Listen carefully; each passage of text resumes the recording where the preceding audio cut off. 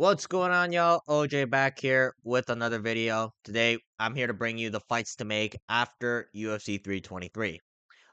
Keep in mind, this is not for every single fighter that fought on this card, but this is for the fighters that I actually care about, and I want to see fun matchups for them because I care about them. Without wasting any more time, though, here are the matchups following UFC 323.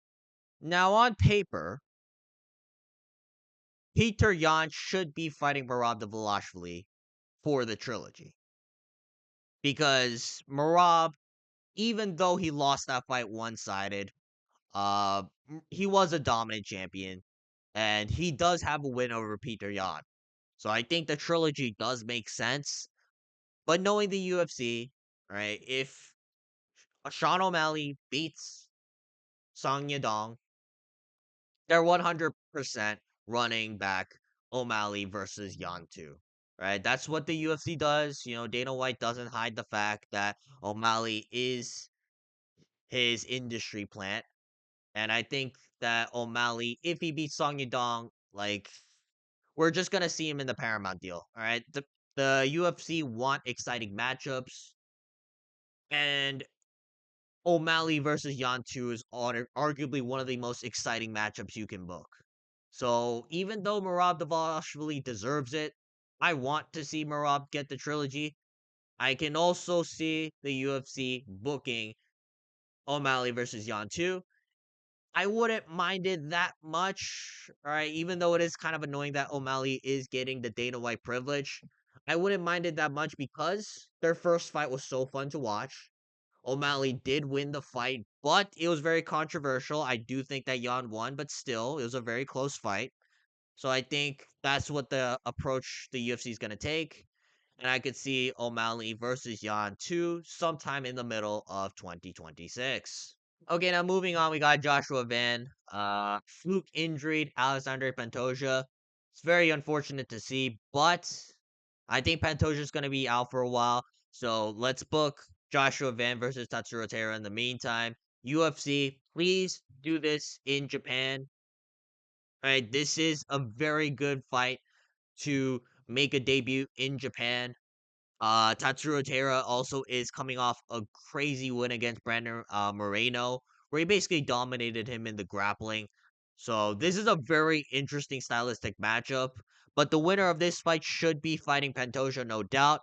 It's just when is Pantoja gonna return, right? I think Pantoja is probably gonna return late 2026. Right? And I'm saying that optimistically. Right? It could be 2027 for all we know. But regardless, though, Pantoja should be getting the next title shot once he comes back. But in the meantime, let's have Joshua Van versus Tatsuro Taira. Book it sometime in the middle of 2026.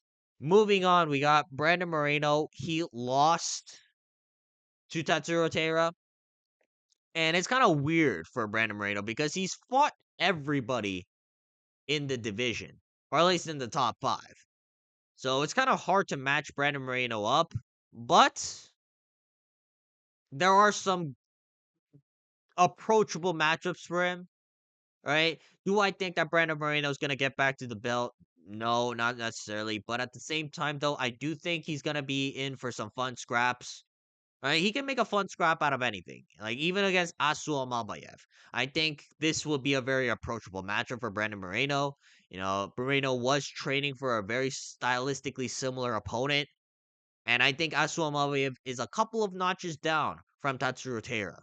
So, if Brandon Moreno still wants to fight, because at this point, he could just retire. Like, I don't see him getting back to the belt anytime soon. But if he wants to continue, let's have him fight Asu Almabayev. Maybe on the Mexico card, you know, Moreno didn't take that much crazy damage, even though he got ground and pound TKO'd. He wasn't like bleeding everywhere and stuff like that. So if Brandon Moreno wants to come back quickly, let's have him fight Asu Almabayev on the Mexico card in, I think it's late February. Yes, late February of 2026. Yeah, just book this fight if Brandon Moreno wants to return quickly. Moving on, we got Peyton Talbot dominating Henry Cejudo and is now the number 10 ranked bantamweight in the world. I was very wrong about Peyton Talbot. My gut told me that Peyton Talbot was gonna win, but it's just the fact that Henry Cejudo was a lot better than anybody Peyton Talbot's fought. But fair enough. Peyton Talbot rose to the occasion and pieced up Henry Cejudo for 3 rounds straight. So I think the fight to make from here on out is Peyton Talbot versus Corey Sandhagen. Stylistically, this is a dream matchup. Both lanky guys, elusive strikers who have grappling in their back pocket. Now, I'd be very interesting to I'd be very interested seeing whether or not Peyton Talbot can be the guy to put away Corey Sandhagen, because Corey Sandhagen's hard to put away, right? He's very elusive. He's very tricky to feint and like try to catch with. But I think Peyton Talbot can be the guy to do it. So let's see this fight booked sometime in the middle of 2026. I think this is also a great matchup for Corey Sandhagen because Peyton Talbot has a lot of hype and name value.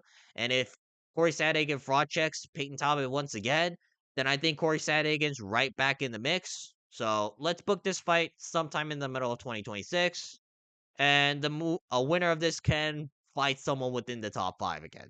All right, now moving on, we got Jan Blachowicz. Went to a draw with Bogdan Gushkov. I don't know what Jan Blachowicz does from here. I think he still got it. It's just that he doesn't have the right hand. It's not the same like in his prime where he's able to clobber people with the right hand and nearly knock them out. But still though, Jan Blachowicz is a very tricky customer. He's a crafty vet, and I do think that he can fight at the top level. It's just, will the UFC give him a good opponent?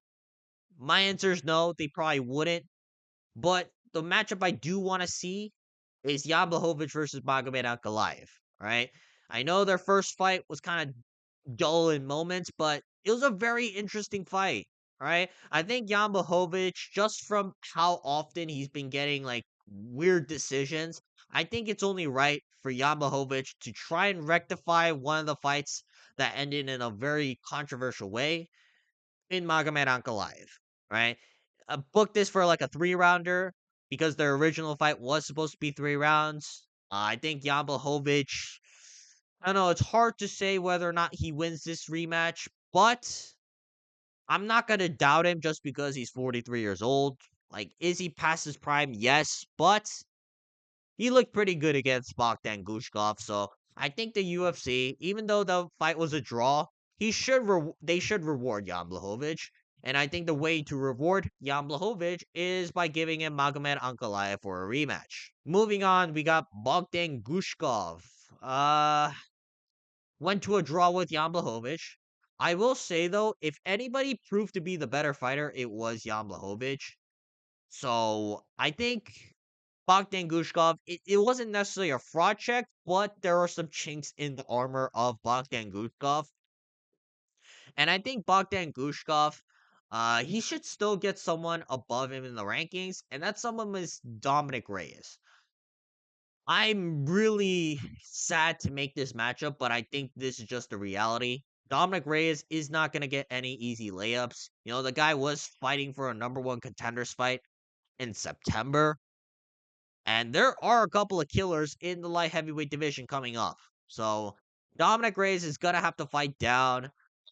I think, like, I don't know, maybe Bogdan Gushkov gets knocked out because he does kind of leave his chin out in the air at times. I hope this matchup doesn't happen, but I think the UFC is not gonna give any favors for Dominic Reyes. So I think this is gonna be the fight to make. Plus, it makes sense rankings wise, as well as the fact that Bogdan Gushkov went to a draw with Jan Blachowicz. I think this is gonna be the fight to make sometime middle or late of 2026. I hope I'm wrong, but I don't think I am. Moving on, we got Manuel Torres absolutely butchered Grant Dawson in the first round. I mean, listen, Manuel Torres, he's very dangerous. The UFC love him because he's Mexican. Unfortunately, Renato Moicano is gonna have to take the bullet for this one. All right, Moicano, you can't just rank squat after losing to Beneil Dariush. You're gonna have to fight down, and there's a lot of killers All right. Would Renato Moicano fare better against someone like Aquilin Salkilled? I don't think so necessarily. I think Renato Moicano could test the grappling of Manuel Torres, but Manuel Torres can also just blitzkrieg him like what he did to Grant Dawson and knock him out in the first round. But either way, Renato Moicano is gonna have to face a killer. Might as well be the guy who has the highest ranking right now in Manuel Torres. Okay, now moving on, we got Chris Duncan versus Ignacio Bahamondes. Chris Duncan is coming off that win against Terrence McKinney via first round submission. I think Chris Duncan deserves a ranked opponent. And Ignacio Bahamondes, even though he beat Manuel Torres, he is coming off a loss to Rafael Fiziev, so he's gonna have to fight down. And I think the opponent we give Ignacio Bahamondes is Chris Duncan, right? If Chris Duncan beats Ignacio Bahamondes, it kind of solidifies Chris Duncan as a legitimate contender. And Ignacio Bahamondes, if he beats Chris Duncan, it's not going to be an easy task. And I think this is going to be a very fun stylistic matchup because Ignacio Bahamondes is very dangerous off the back foot. Chris Duncan is a marauder. But at the same time, though, if you don't put away Chris Duncan in the first round, he will come back and just kind of mog you and beat the shit out of you as the fight progresses. So, Chris Duncan versus Ignacio Bahamondes, I think this is a very fun stylistic matchup. Someone is going to get finished in this fight. So, let's book this fight sometime. I say July, maybe June of 2026. But either way, I think this is a fun fight, and the winner solidifies themselves as a ranked contender in the lightweight division. Even though Feresian doesn't have the biggest name, he has arguably put in the most work out of all the guys outside the rankings of the lightweight division. And we should reward that, all right? And the way we reward that is by giving him Michael Chandler. Right? This is just how we get Michael Chandler out of the rankings. Right? I don't think Michael Chandler deserves any big theme matchup anytime soon. All right. They better not give him Conor McGregor or anyone like that. And plus, I think for SC, he's on like a what, 7, 8 fight win streak. He deserves a good jump up in the rankings. All right. He's even beaten good guys in the process. Like Nazim Sadikov was undefeated prior to fighting for SEM. So I think for SEM, ideally he should fight Michael Chandler. All right, this is how we build for SEM up as a prospect. He's very cool. All right, for SEM, I know he doesn't have the biggest name, but at the same time, he is a killer.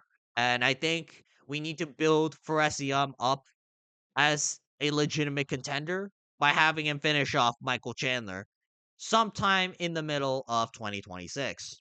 Moving on, we got Bruno Ferreira beat Marvin Vittori. He's gonna be ranked, but at the same time, though, was it a statement making performance? I don't think so. So I think he's gonna fight marginally jump up, and I think that marginal jump up in competition is Paulo Costa. I think both of these guys have a very similar style, so it could be very fun. Paulo Costa and Bruno Ferreira, very big, meaty, hook-oriented power punchers. Albeit Paulo Costa uses his kicks a lot more. But either way, I think Bruno Ferreira versus Paulo Costa, it's a very fun stylistic matchup. Both of these guys are in similar positions of the rankings. Paulo Costa, did he beat Roman Kopylov? Yes, but turns out Roman Kopylov isn't as good as people thought. So he's probably going to have to fight one more guy below him in the rankings. And plus, Bruno Ferreira is a notable name in the middleweight division. All right, now moving on, we got Iwo Baranowski. He's coming off one of the greatest bar fights you'll ever see against Ibo Aslan. I think Iwo Baranowski is a legitimate prospect, and I want to see him get into more of these bar fights. If we're gonna get some like that every time Iwo Baranowski fights in the octagon, I think Iwo Baranowski is the greatest thing to ever walk in the light heavyweight division. All right, that's just me. I think Iwo Baranowski versus Ion Kutalaba is a very fun stylistic matchup to make. Ion Kutalaba can mix in the grappling, but for the most part, he is kind of a bumbling, stumbling striker who swings big, meaty hooks. I want to see another bar fight from Iwo Baranowski, and the way we get that another bar fight is by having him fight Ion Kutalaba sometime in April, right? Maybe earlier. Either way, I think Iwa Barnowski versus Ion Kutalaba is a very fun stylistic matchup to make. Okay, that's gonna be it for this video. If you guys want to see more videos like this, please make sure to like and subscribe so we can monetize this channel. Otherwise, though, leave a comment down below what you guys think about these matchups. And outside of that, I'll see you guys next time. Peace.